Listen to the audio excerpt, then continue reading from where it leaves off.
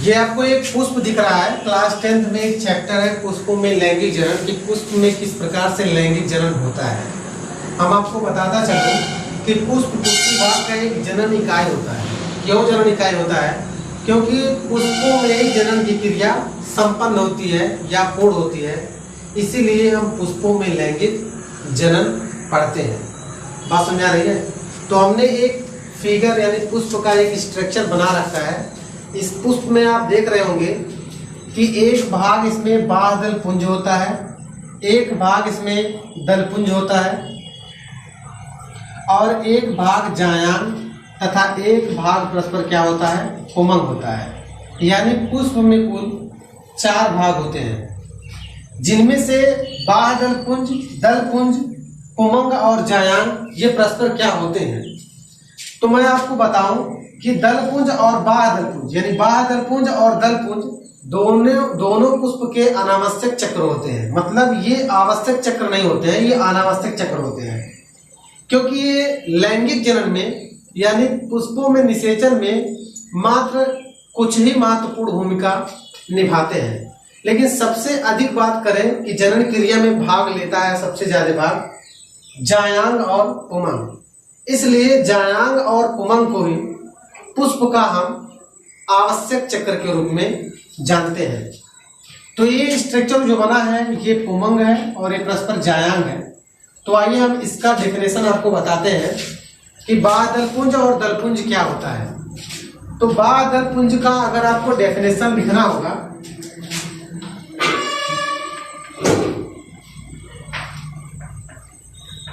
बाह्य दलपुंज का अगर आपको डेफिनेशन लिखना होगा तो आप क्या लिखेंगे? लिखेंगे कि बाह्य दल के समूह को, ऐसे पुष्पों में ऐसे ही 4 किसी में 6 आपको ऐसे ही बाह्य दल देखने को मिलेगा। तो लिखेंगे बाह्य दल के समूह को ही हम बाह्य दल पुंज कहते हैं। बाह्य दल पुंज एक हरे रंग का दिखता है। किस रंग का दिखता है? हरे रंग का दिखता है और ये पुष्प को कली की अवस्था में उसको पकड़े रहता है। ये डेफिनेशन आपका है बाह्य दल पुंज का। इसके बाद हम बात करते हैं दलपुंज की। दलपुंज की, तो दलपुंज का डेफिनेशन आप कैसे लिखेंगे? दल के, देखिए पुंज मतलब होता है समूह, दल के समूह को दलपुंज कहते हैं, बाह्य दल के समूह को बाह्य पुंज कहते हैं। तो दल के समूह को दलपुंज कहते हैं। ये पुष्प में रंग बिरंगे कलर का दिखता है और परस्पर ये क्या करता है, ये कीट पतंगों को आकर्षित करता है, जिससे कीट पतंग इस पर आकर्षित हो जाए और बैठे ताकि निषेचन की क्रिया संपन्न हो सके। इसके बाद अगला भाग है ये पुमंग। क्या है? पुमंग। तो देखिए पुमंग का हमने यहाँ नाम लिखा है पुमंग, जिसे एंड्रोसियम कहते हैं। पुमंग के बारे में अगर आपको लिखना होगा, पुमंग के एक भाग को हम पुंकेसर कहते हैं। तो लिखेंगे पुमंग पुष्प का क्या होता है? नर भाग होता है, एक नर भाग होता है। अगर हम बात करते हैं एक पुमंग की बात करते हैं तो पुमंग को ही हम पुंकेसर कहते हैं। अगर इसमें बहुत यानी कहने का मतलब ये है कि किसी भी पुष्प में बहुत सारे पुंकेसर होते हैं, उन्हीं पुंकेसर के समूह को ही हम पुमंग कहते हैं। तो हमने एक पुमंग को इसमें से काटा और यहाँ पर एक फिगर ड्रॉ किया। ये आपका एक पुंकेसर है। क्या है? पुंकेसर है, पुंकेसर है। अब पुंकेसर में होते हैं क्या? ऊपर वाला सबसे जो आपको आवरण दिखता है, इसी में बनते हैं परागकण। परागकण बनते हैं। एक खुला हुआ जो स्ट्रक्चर आपको संरचना दिखती है उसे ही परागकोश कहते हैं। और परागकोश में ही परागकण का निर्माण होता है। देखिए परागकोश को, इसका भाग है पुतंतु। पुतंतु है यानी पुतंतु और परागकोश जिस जगह ये परस्पर एक दूसरे से जुड़े होते हैं उससे संयोजी कहते हैं, जिसे कनेक्टिंग कहते हैं,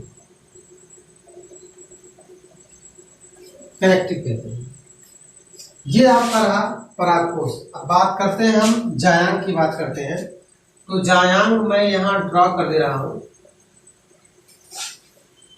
ये एक जायांग है। ये जायांग का जो आपको प्याले नुमा संरचना की तरह दिख रहा है, इसे हम वर्तिकाग्र कहते हैं। ये जो आपको पतली सी नलिका के रूप में संरचना दिखाई देती है, इसे हम वर्तिका कहते हैं। और ये जो फूला हुआ भाग दिखता है, इसे हम अंडाशय कहते हैं। तथा इसके अंदर जो ये भाग दिख रहा है आपको,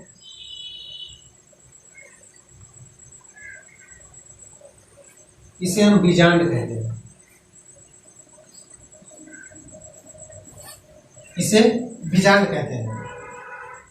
यानी कहने का मतलब ये है कि अगर जायांग के बारे में अगर आपसे कोई पूछता है तो कहेंगे कि जायांग यानी स्त्री केसर, यानी जायांग के एक भाग को हम स्त्री केसर कहते हैं। स्त्री केसर कहते हैं। स्त्री केसर के समूह को हम जायांग कहते हैं। पुष्प में जायांग पुष्प का एक मादा भाग होता है। कैसा भाग होता है? एक मादा भाग होता है। और मादा भाग में परस्पर वर्तिका, अंडाशय तथा बीजांड की संरचना होती है, और बीजांड में ही निषेचन की क्रिया संपन्न होती है। तो ये रहा। अगर आपको मेरा वीडियो पसंद है, अच्छा लगता है, तो आप मेरे चैनल को सब्सक्राइब कीजिए, और अगला वीडियो मैं जल्दी अपलोड कर दूंगा।